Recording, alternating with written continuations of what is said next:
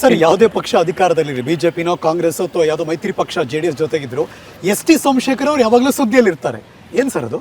ಇಲ್ಲ, ಈಗ ಏನಾಗ್ತದೆ, ಈಗ ಗ್ಯಾರಂಟಿಗಳದ್ದು ಸರ್ಕಾರ ಯಾವುದೇ ಆಗಿರಲಿ, ಸರ್ಕಾರದ ಯೋಜನೆಗಳನ್ನು ಜನಸಾಮಾನ್ಯರಿಗೆ ತಲುಪ್ತದೆ ಇಲ್ವಾ ಅಂತ ಮಾಡಬೇಕು. ಬಿಜೆಪಿಯವರೇ ಎಲ್ಲ ನಾಯಕರು ಈ ಗ್ಯಾರಂಟಿ ಸ್ಕೀಮ್ನ ವಿರೋಧ ಮಾಡಿದವರು, ಇದರಿಂದ ಅಭಿವೃದ್ಧಿ ಕುಂಠಿತ ಆಗ್ತಾ ಇದೆ, ಸರ್ಕಾರದ ದುಡ್ಡಿಲ್ಲ ಅಂದಾಗ ಯಾರೊಬ್ಬ ಕ್ಷೇತ್ರದ ಬಿಜೆಪಿಯ ಶಾಸಕರು ಇದನ್ನ ಮುಂಚೂಣಿಯಲ್ಲಿ ನಿಂತು ನಡೆಸ್ಕೊಡ್ತಾರೆ ಎಂದಾಗ ಏನು ಗ್ಯಾರಂಟಿನ ವಿರೋಧ ಮಾಡ್ತಾ ಇಲ್ಲ ಅವರು.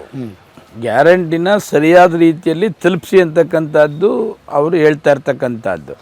ಅದಕ್ಕೆ ನಾನೇ ಒಂದು ಹೆಜ್ಜೆ ಮುಂದೆ ಹೋಗಿ ತಲುಪ್ತಾ ಇದೆಯಾ ಇಲ್ವಾ ಅವ್ರ ಹತ್ರ ಎಲ್ಲ ಮಾಹಿತಿ ತರಿಸ್ಕೊಂಡು, ಈಗ ಗೃಹ ಜ್ಯೋತಿದು ಸಂಬಂಧಪಟ್ಟಂತ ಅಧಿಕಾರಿಗಳ ಹತ್ರ ಎಲ್ಲ ಫೋನ್ ನಂಬರ್ ತೆಗೆಸ್ಕೊಂಡೆ, ಇಂಡಿವಿಜುವಲ್ ಫೋನ್ ಮಾಡ್ತಾ ಇದ್ದು.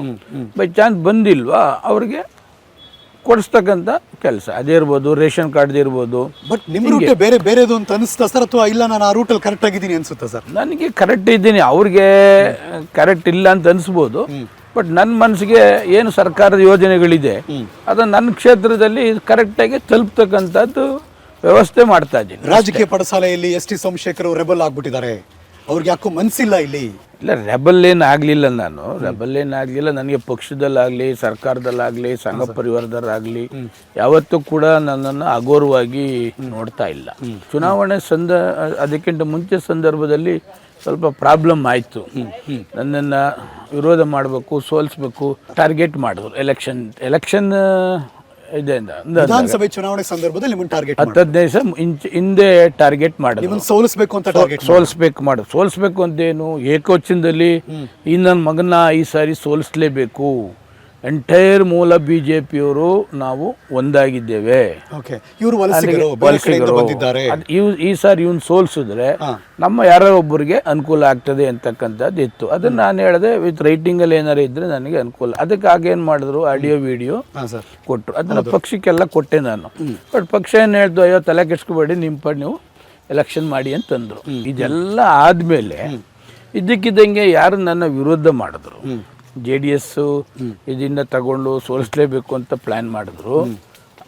ಅವರು ಏಕಾಏಕಿ ಉಡ್ದಬ್ಬ ಮಾಡ್ಕೊಳಕ್ ಶುರು ಮಾಡಿದ್ರು. ಉಡ್ದಬ್ಬ ಮಾಡ್ಕೊಳಕ್ ನಂದೇನು ತಕರಾಲಿಲ್ಲ. ಬಟ್ ನನ್ನ ಫೋಟೋ ಹಾಕೊಂಡು ಉಡ್ದಬ್ಬ ಮಾಡೋದು ಬೇಡ ಅಂತ ನಾನು ಸ್ವಲ್ಪ ಸೀರಿಯಸ್ ಆದೆ. ನೀವು ಉಡ್ದಬ್ಬ ಮಾಡ್ಕೊಳ್ಳಿ, ನಂದೇನು ತಕರಾಲಿಲ್ಲ.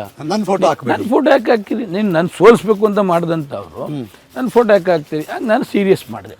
ಸೀರಿಯಸ್ ಆದ್ಮೇಲೆ ಅವರು ಅವನ್ನ ಸಸ್ಪೆಂಡ್ ಮಾಡಿದ್ರು. ಇಷ್ಟೆಲ್ಲ ಇನ್ವಾಲ್ವ್ ಆಗಿರುವಂತ ST ಸೋಮಶೇಖರ್ ಒಬ್ಬರು ಹಿರಿಯ ನಾಯಕರು, ಸಚಿವರಾಗಿದ್ದವರು, ಎಲ್ಲ ಡಿಸ್ಟೆನ್ಸ್ ಎಲ್ಲಿ ಶುರುವಾಯಿತು? ಕಾನ್ಸ್ಟಿಟ್ಯೂನ್ಸಿಲಿ ಈ ಪ್ರಾಬ್ಲಮ್ ಶುರುವಾಯ್ತೇ ವಿನ ಹೊರಗಡೆ ನನಗೆಲ್ಲೂ ಇಲ್ಲ. ಜಿಲ್ಲಾ ಮಟ್ಟದಲ್ಲಿ ನನಗೇನು ತೊಂದರೆ ಆಗಲಿಲ್ಲ, ರಾಜ್ಯ ಮಟ್ಟದಲ್ಲಿ ಏನಾಗಲಿಲ್ಲ, ಸಂಘ ಪರಿವಾರ ಜೊತೆಲಿ ಏನು ಆಗಿಲ್ಲ, ನಾಯಕರ ಜೊತೆ ಏನು ಇಲ್ಲ. 100% ನನಗೆ ಅವತ್ತಿಂದ ಇವತ್ತುವರೆಗೂ ಅವರು ಗೌರವ ಕೊಡ್ತಾರೆ.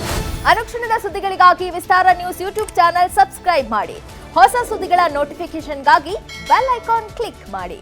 ಲೇಟೆಸ್ಟ್ ಅಪ್ಡೇಟ್ಸ್ಗಾಗಿ www.vistaranews.com ವೆಬ್ಸೈಟ್ಗೆ ವಿಸಿಟ್ ಮಾಡಿ.